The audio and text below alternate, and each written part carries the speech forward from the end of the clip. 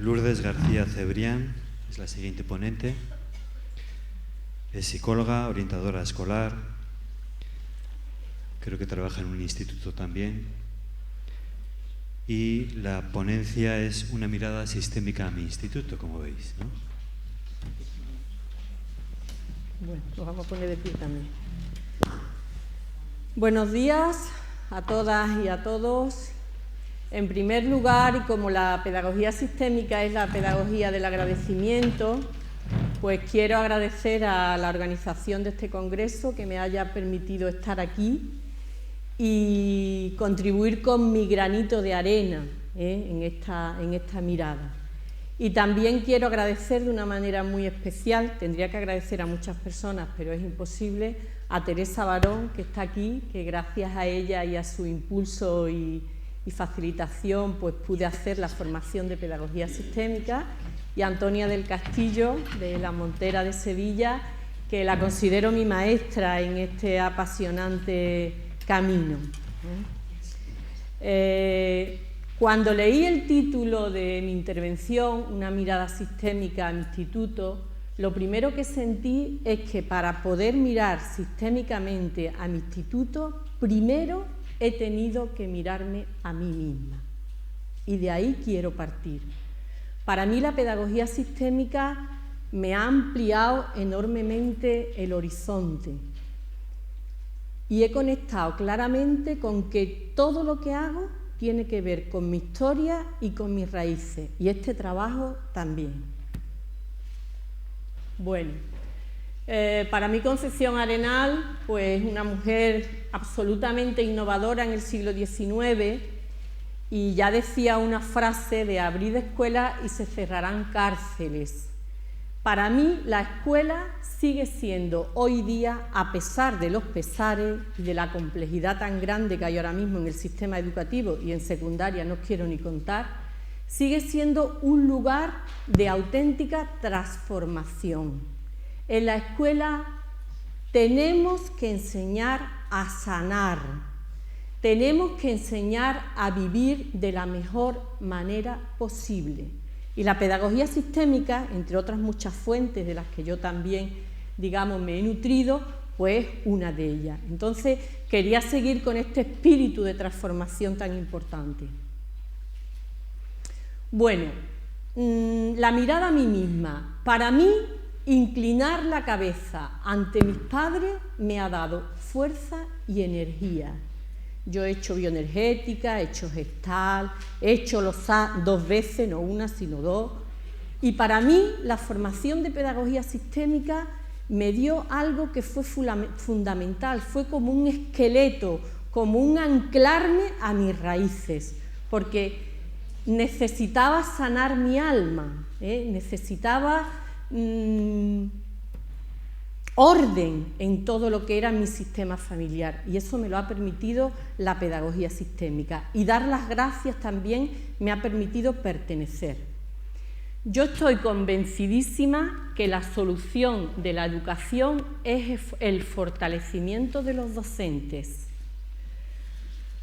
¿Por qué? Pues porque los impactos emocionales que recibimos ahora en la enseñanza son tremendos. Cada vez nos llega más rabia, más dolor, más separaciones supertraumáticas.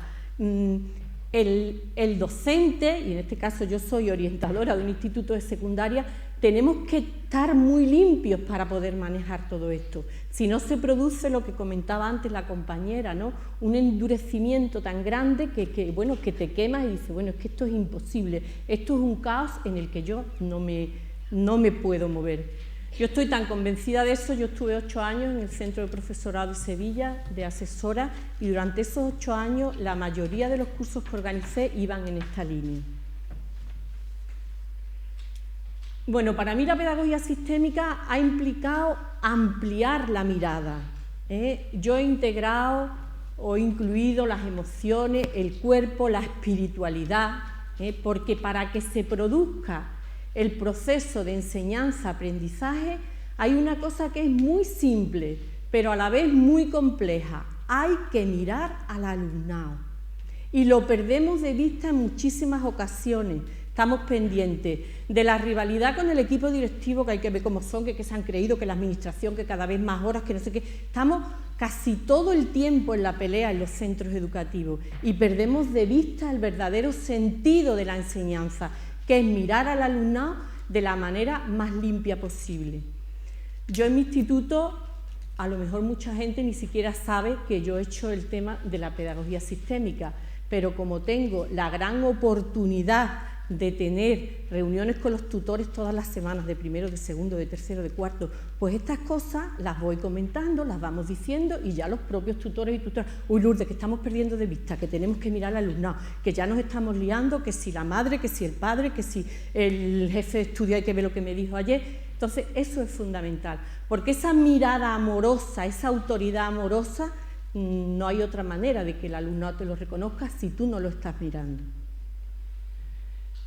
Bueno, la pedagogía sistémica para mí es la pedagogía o el arte del orden, Evidentemente, conocer cómo funcionan los sistemas humanos desde el trabajo de Bert Hellinger imprime un sello sorprendente a la pedagogía sistémica.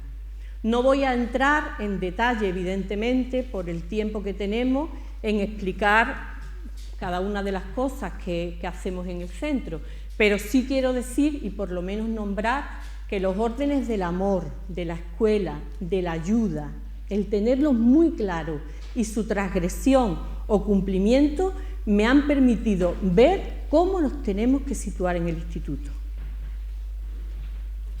Bueno, esto es una diapositiva que tenemos puesta en el centro por muchos sitios. Es bueno saber que estás ahí porque trabajamos muchísimo, muchísimo el sentido de pertenencia. El primer paso para el arraigo es que la persona sienta que es acogida. Trabajamos mucho el sentido de pertenencia con el alumnado que nos llega de sexto de primaria a primero de la ESO, con el alumnado que nos llega de cuarto de la ESO a primero de bachillerato, con el propio grupo aula haciendo muchísimas actividades. El objetivo es incluir, incluir, incluir y que el corazón sea cada vez más grande, Y además la heterogeneidad del alumnado es tremenda. Hoy tenemos muchísimo alumnado de necesidades educativas especiales, con problemáticas muy concretas, y es fundamental que este alumnado desde el principio se sienta que pertenece, que forma parte de. Bueno, voy a entrar en algunas con más detalle, en otras solamente las voy a nombrar. Aportaciones a mi instituto desde la pedagogía sistémica. Esto es una cosa que yo trabajo mucho porque, claro, yo me siento orientadora del alumnado, del profesorado y, bueno, en algunas ocasiones también del personal no docente, que forma parte de la comunidad educativa y que es fundamental que se sienta a gusto, Si no hay bastante boicot, digamos, y que fluya. Entonces, una cosa muy importante es que no podemos enseñar sin el permiso de los padres. Esto es fundamental. Y en muchas ocasiones el profesorado infravaloramos a los padres, hacemos juicios de valor, con toda la mejor intención del mundo, porque hay muchas familias que no valoran el instituto. Pero claro, ahí nos posicionamos en un lugar en el que consideramos que realmente la escuela es la mejor opción, y para algunas familias la escuela no es la mejor opción. Hace poco tuve una conversación con una compañera que es una extraordinaria profesora de lengua y me decía, ay, pues fulanito llevaba razón, porque mira, dijo que aquel niño no tenía solución, ese niño ya no tenía remedio. Oye, y como que ha acertado. Y le digo, oye, Carmen, digo, ¿y que no tenía remedio en qué? Y me dice, hombre, Lourdes, pues que es un fracaso escolar. Digo, bueno, pero es que ese niño, además del rendimiento escolar, tiene una dignidad como persona, tiene un lugar en el mundo, tiene una familia que a lo mejor no le apoya en el tema del instituto porque sencillamente no lo valora, pero tiene otras cosas. Y me decía, oye Lourdes, pues me ha cambiado totalmente la visión, yo eso nunca lo hubiera pensado, porque aquí solamente vemos a los niños y el rendimiento educativo, el rendimiento escolar, que claro que es importante, pero no es lo único. Hay una dignidad personal que está ahí y que cuando vemos al alumno, pues tenemos que verla, si no estamos perdiendo totalmente el horizonte. Otra cosa importante es ocupar nuestro lugar en el instituto nos proporciona salud y bienestar. Con esto voy a pasar a la siguiente.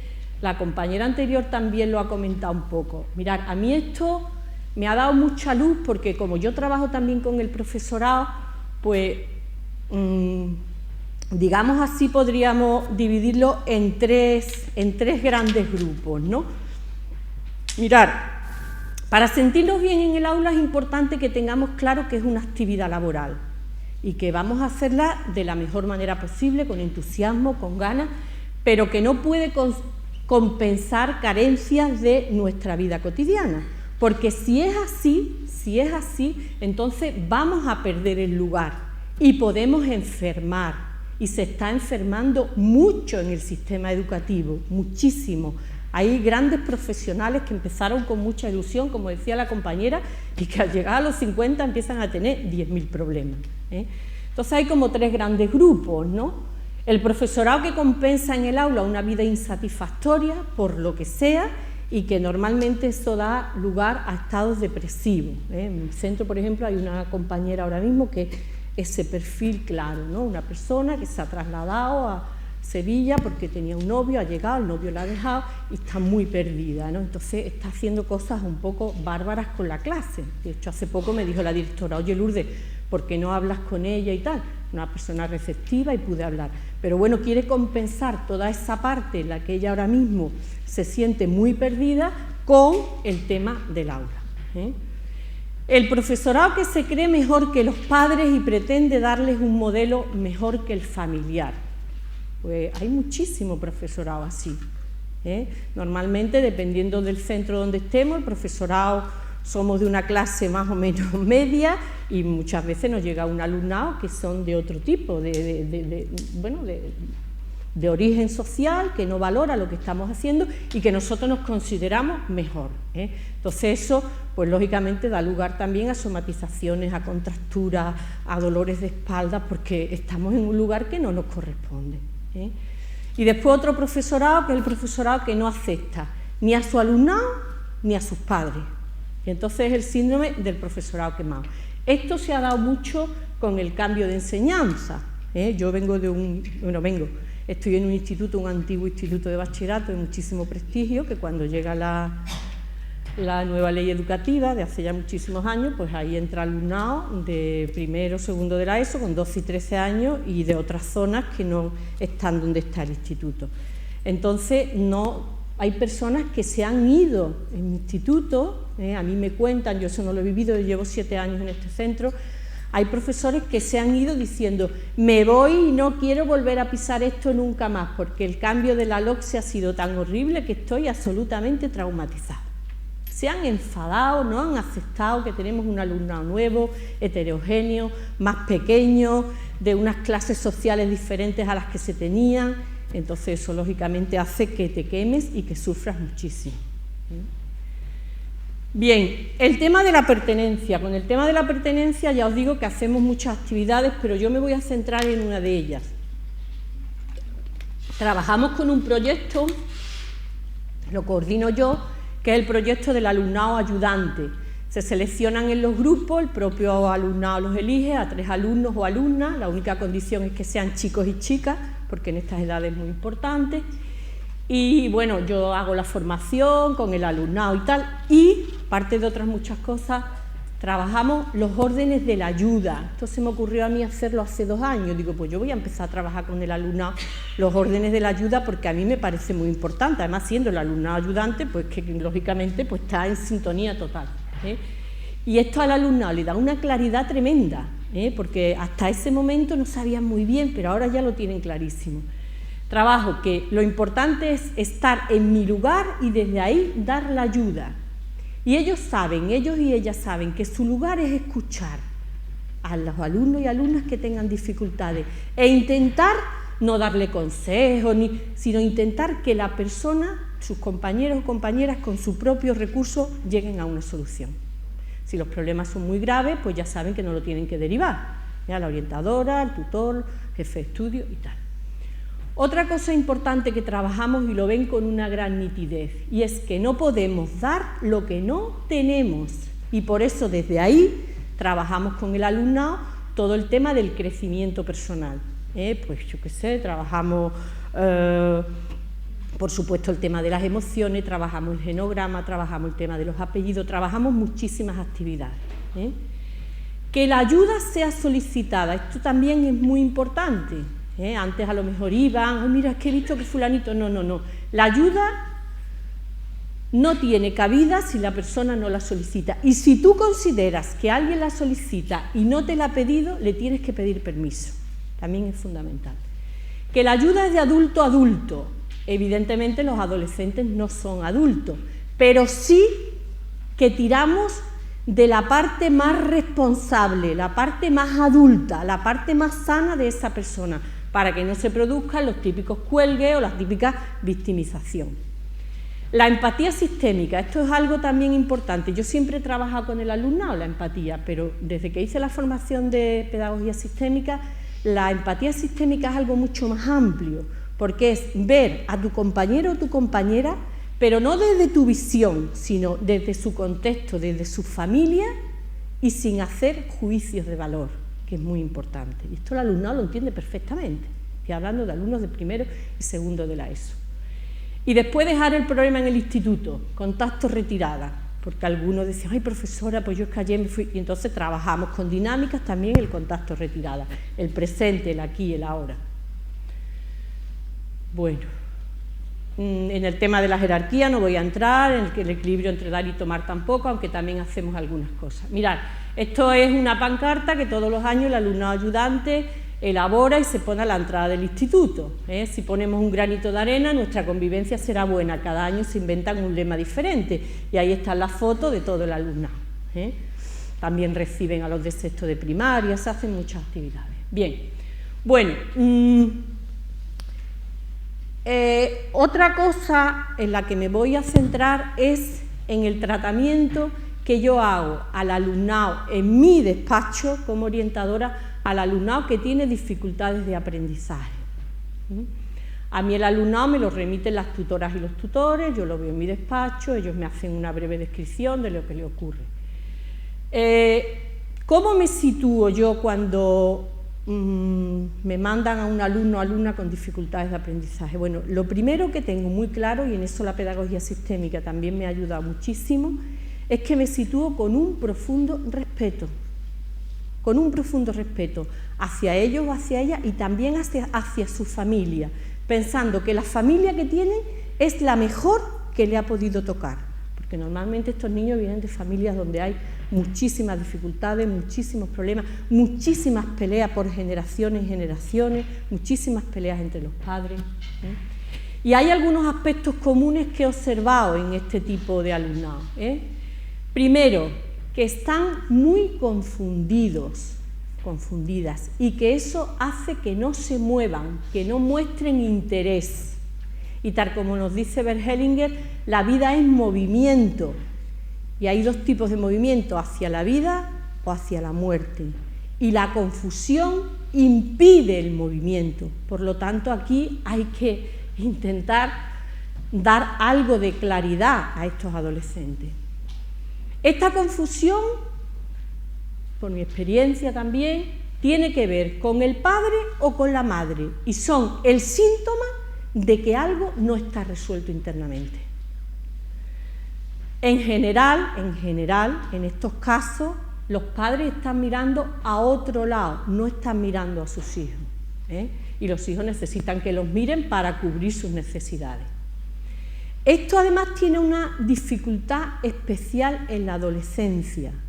Lo viven con una angustia tremenda, porque se sienten atrapados, porque por un lado necesitan separarse, ya necesitan independizarse, y por otro lado se sienten enganchados a papá y a mamá y no quieren crecer.